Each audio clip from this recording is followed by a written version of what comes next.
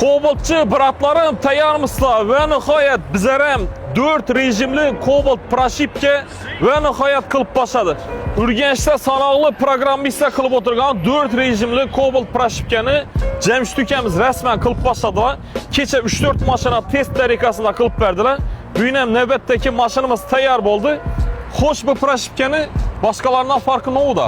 Boshqalardan farqi har xil rejimda ijro bo'ladi. Polosa sport, polosa ekonom. Ekonomda qo'ysa mashina tortishlari yengilroq, yumshoqroq bo'ladi. Ham sport almashtirish tez bo'ladi. Ko'pchilik Cobalt egalari har xil proshipkani har xil joylarda qildirib yuradilar.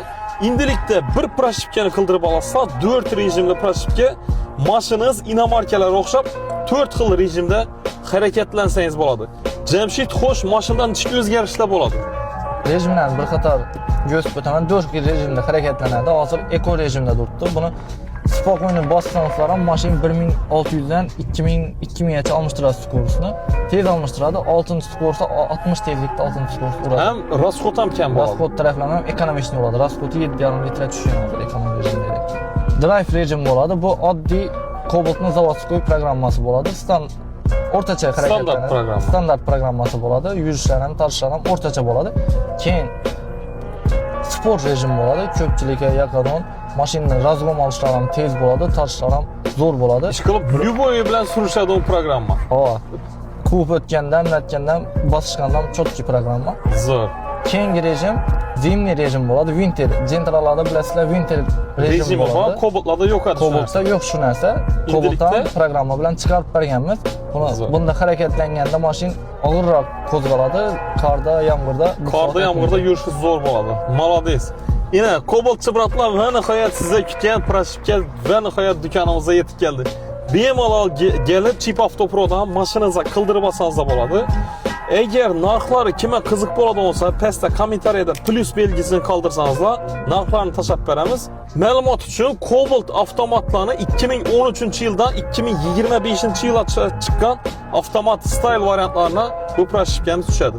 Size bilan bu Cobalt'imizni test drive etib ko'ramiz, effektini nechik bo'ladi ekan, rasxodi, tortishlarni bir baho beramiz.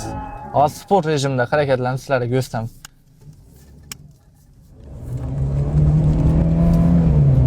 Seni yapıştırdı görəsməyən maşın.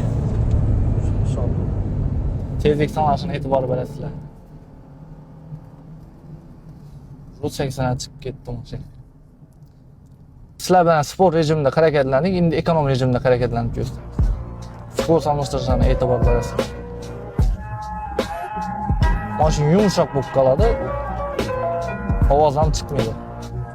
Programmanın içkilikini özləriz gördüyüz abratlar. Azı klientdən özlər ham yedətib gördük.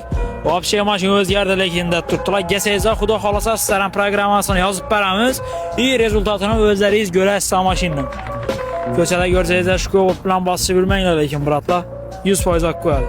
Gərək olsa bemal gəlməklə xuda xalasa Chip Avtoproda işlərinizi asan bəcərib bərəmiz. İyi narx qızıq bolsa kommentariyada plus qaldırsanızlar senalarını özləri aytadınız.